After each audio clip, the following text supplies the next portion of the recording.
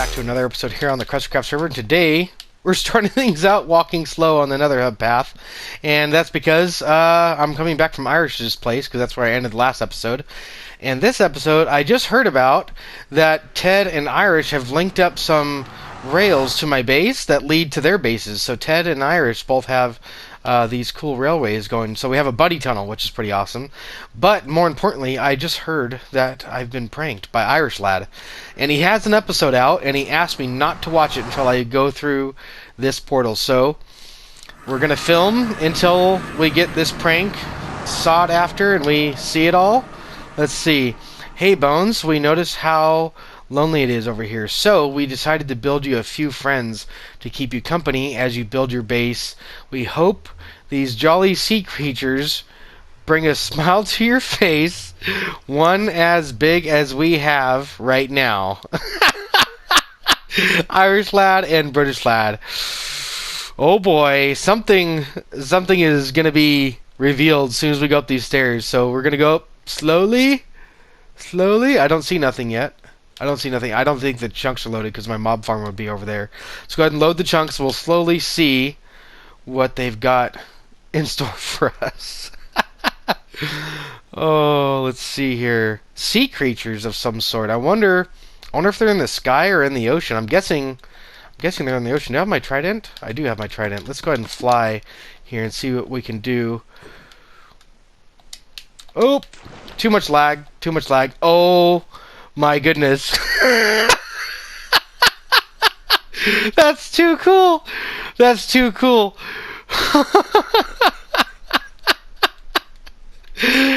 a whale, a shark. Oh, there's another one over here. There's more.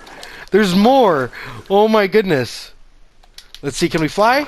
Why can't we fly? I got my elytra on. Let's go ahead and see how many there are here. Oh my goodness. There's so many of these sea creatures here. This is great. This is so awesome. There's a dolphin jumping out of the water. There's a turtle. Another dolphin. Oh my goodness. This is so cool. These guys are totally staying until the project's finished. That's so cool. But all these sea creatures here is definitely going to make building our base a little bit more fun. And in today's episode, that's going to be part of our goal, is to get the redstone working on the mob farm. We're going to try to get that done. So one of the first things that we need to do is actually get up to a certain Y value for our AFK platform. The AFK platform is going to have an input that's going to send a signal down here, making everything work, which is way up here, and here's our pressure plate that's going to be our input. Next, I need to go ahead and put these sticky pistons down below, creating an input circuit to go down there, which will look a little something like this. All it's going to do is just trigger this observer down here, going up and down, pulsing this back and forth, which will go ahead and turn this timer on. This is going to be an etho clock timer, so we need to go ahead and build this up. We need to go ahead and put some observers here, put some redstone here, and some sticky pistons here. There we go. Put a redstone block there, and do the same thing on the other side. And coming off the front of this etho hopper clock, we have a repeater out the front, just like this, and this is going to go into a block. And then out of the side, we're going to go ahead and put in some more slabs leading all the way over to here, because right here is where all the pistons are. The pistons are what activate the whole system, allows the slime blocks to go down, releasing the water, flushing the mobs out of the farm. Shelville's actually come in and helped, and she right now is getting a block palette together. She's actually studying this conduit because our base, like I said, is going to be an Atlantis build, and this is what we're going to have at the center of our base. This is going to be the power source, the conduit, because that's the aquatic power source right now. And just like a beacon, it's like the underwater beacon, so that's what's going to be powering our base essentially. And so she's studying the way this looks, and she's getting a few blocks together that represent some of the different colors that appear in this thing. And as you can see, the conduit shells, or what are those called? Those are, the shells there. She's got a few colors here that represent some of those, and also the heart of the sea in the middle. She's getting a few blocks for that. And she's even studying the little particle effects that are flying in towards it. Those are amazing. Back to the redstone side of things, Shell is actually giving me a big hand. We've gotten this far, and she's actually duplicating this on the other 4 sides. Now, this is something that's going to be triggering the kill chambers. Yes, the kill chambers. But yeah, as I was saying, this is going to be triggering all the water sweepers that are going to be sweeping all the items from the mobs down into the storage system. And also, too, guys, I've got a new mic. Hopefully you guys are enjoying the sound quality. Hopefully it's good. That's one thing I make sure when I try to buy a mic. Nice. This timing circuit's now all in. That timing circuit's also now in. Shell's been working on that. We still have 2 to do, though. Nice. Now all 4 timers are all done. Now it's time to go down below and actually build the redstone for that. But I think first we're going to go ahead and tear down all of our dirt scaffolding. Now we've got all of our pistons in place. These are going to be releasing the water, swiping the items over into the water stream over there. That's going to be taking that over into our storage system. So now we need to take these pistons and give an input to them from the timers up there. Go ahead and break it and place it one more time. That's the only thing. You got to break it and place it. How am I gonna pick it back up again? We're gonna lose it. I'll grab it. Oh well, it didn't work.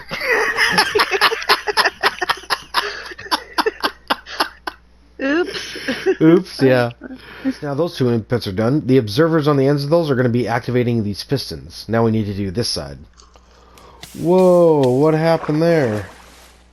What? No. What is it?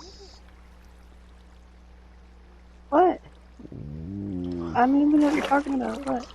It broke the melon blocks. What? Wow. What? Wow, okay. Alright, one sec. Oh my goodness, I can't believe that I didn't think of this. The fact that, yeah, budding happens when you have a solid block behind a piston at an upwards angle like that, and therefore when this one gets shoved down, it brought this one with it, and I thought they'd both go at the same time, but for some reason they don't. So basically what that means is I need to come over here to my melon farm, and actually I think the melons are going to be all down here, and if we look in here we should be able to find, there's pumpkins. Oh, come on, I know there's got to be melons in here. There we go. Now we've got all the redstone wired up, and as you can see, all the pistons are extended around the farm, which is a good thing. And we've gotten rid of the second piston there in the middle because of that budding issue. I'm not sure why that happens. I thought both pistons would extend at the same time, but they don't. So that's been an issue.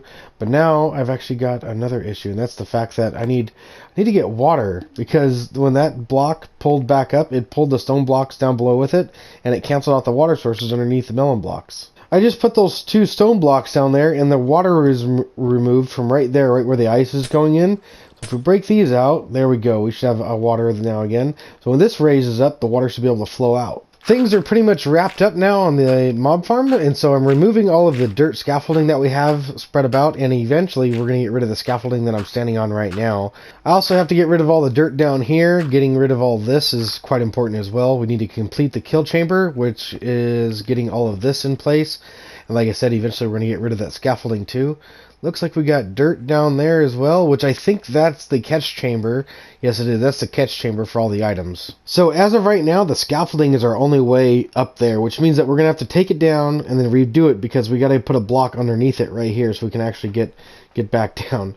So let's go ahead and break this out. We got to break that. All the scaffolding is going to fall. We're going to go ahead and put a couple of slabs there just like that. There we go. That'll go ahead and complete that up. We'll pick up the rest of the scaffolding. Then we need to break in down below and go ahead and finish up down there. So we're going to have to work from the top down, basically. Where's the other scaffolding at? Let's go ahead and get this here. We need a pillar back up, too. Now that we've got that situated up there, we can go ahead and come down here. We're going to do the same thing, break this out, and kind of get down here and complete up the kill chamber just by placing that last piece of magma. But first I need to go ahead and pick up all these scaffolding. And there goes in the magma block. I nearly forgot on our way down. I realized that we have 2 bits of glass missing right here because I was getting on and off the Guardian farm. One thing I'm pretty sure of is that when we actually go ahead and start running this farm, we need to go ahead and clear out the sorting system first, because I'm sure it's going to be filled with all these items here. Oh my goodness. That was a creeper and it just blew up on me. Apparently there's water coming down. That's not supposed to happen. Looks like the scaffolding was taking up the place of the sign, and we need to go ahead and place that in right there. I'm hoping that everything works and everything goes to plan. And what we need to do is we need to actually place the lever there. Now, normally I'm going to have a pressure plate there, so that way I have to stand on it in order to go AFK. But because I want to test it and I want to see it, I'm going to fly around this thing, and so I'm going to simulate somebody being there by flicking that lever. The farm is now on. Yes, it is. It looks like everything went well. We'll double check to make sure that everything pulses the way it's supposed to. Uh-oh, it seems as if we have a problem, and I kind of know what the problem is. This block here is powering this, but then when this goes down, it doesn't properly power it because it needs to stay down. And as you can see, the piston below it is stuck to it now, and so therefore it's reached the block limit that pistons can pull, so it's not pulling this back up. So we kind of need to rewire how this goes. We need to actually wire this up with a piston and a redstone block. Problem right now is that the fact that these pistons aren't extending. They've been butted, but for some reason they're not extending, and I'm not sure why. These pushed them down, but I do know how to fix it. So that's the good thing, is that we need to build this little thing with redstone blocks like that to power these pistons. So that's one of the things that we had to do. But now that we've got that done, we need to actually go ahead and update these properly. So I think we can just go ahead and break that, and that should work. And if we break this one, it should work. If we do the same thing for all these, let's go ahead and double check here. Crouch. Yes, that makes the rest of the farm work. The only other issue that I see now that we fixed that is the fact that we've got light coming in here, and so we'll go ahead and see what we can do about that too. The light out of where those pistons are, and so hopefully this will make the mob spawns a little bit faster. Yeah, by the look of it, it looks like our mobs aren't working. Some of the mobs are falling. Some of them were, and that's not that many because I'm not in the correct AFK spot. I am flying around, but nonetheless, it looks like our mob farm is now working. Yep, I do believe I fixed all the problems. Everything is looking good and working properly. Let's go ahead and break this and fly with my elytra if I can. Wow. Let's take a look at our storage system and see what type of goods we got flowing in here. So far, we've got, if this hopper would open, we've got arrows. That's good. Let's see about over here. We got bones. That's good. Over here, what do we have? We have gunpowder. That's what we really want. Over here, we got glass bottles. I think I'm going to take these out because these are witch drops, and we're going to replace that with something else. Hoppers, we've got arrows, we've got bones, which is going to be right here. We've also got, I believe, gunpowder and then rotten flesh. Then over here we have string, and the rest of it's going to be all the witch drops, because witch drops quite a bit of few things. But the thing is that we don't have any shulker boxes out right now, and I do believe that we do have some in the system. Yes, we do. So let's go ahead and get those activated. All we got to do is press this button in here like that. The shulker box loading station will go ahead and cycle all the way through, like you see right now, and it should dispense a shulker box here in just a second. So now we've got shulker boxes all the way around, which is really nice. So I'm just going to go ahead and AFK overnight and see how many drops we get in the morning. Alright, so now it is the next day, and let's see how many drops we actually got overnight. That's not too bad. Let's see if we have anything else now. Nope, I don't think we do. I think we only have one shulker box full of stuff, and that's kind of understandable considering that we play on a multiplayer server. If I was on a server all by myself, I'm sure that would be a lot more. There's the bones.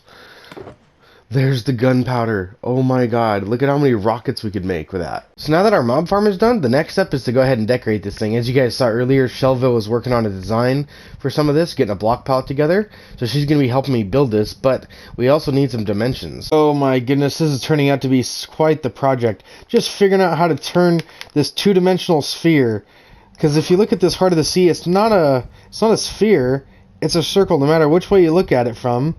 It always faces you, and so we're trying to figure out how to actually build the pixel art part of it, but also pull it out and stretch it into this three-dimensional figure here, and it's just turning out to be quite cumbersome because not all the pixels can go in. For instance, like this pixel right there is missing, but with it in there, it doesn't look right because then it kind of makes the whole build look non-symmetrical, but without it, it doesn't match.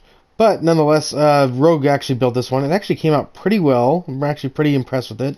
I'm just trying to figure out what we can do about actually matching the pixels up. This was an attempt by me to go ahead and try to do that, and it just didn't work out. Rogue Volpes here is trying to work this out in his head, and I decided to go ahead and start over here because honestly, this is the shape. This is the shape of a Heart of the Sea. 4 on top, 4 on the sides, 1 in the middle connecting it, and then the rest of it's filled in. So the shape works. The shape definitely works, but the pixel art, we're going to have to figure out how to make that work. So even though I've got the shape right, this is where I run into issues with these blocks over here on this side. Now check this out. We got concrete on the bottom. We've got concrete on the bottom. We've got blue wool, then cyan wool in the middle. We got blue wool and then cyan wool in the middle. Up above that, we have cyan wool and then cyan concrete back one block. We have cyan wool and cyan concrete black one block. And then when it comes time to do the blue wool, we don't have any more space. And all we have space for is the one blue wool that goes above that cyan concrete. And then I guess more cyan concrete would go up here. But then where's the 3 blue wool supposed to go that are supposed to connect that up like this? It's supposed to be in that type of a pattern, but there's nowhere to really put it. Like, where do you put it?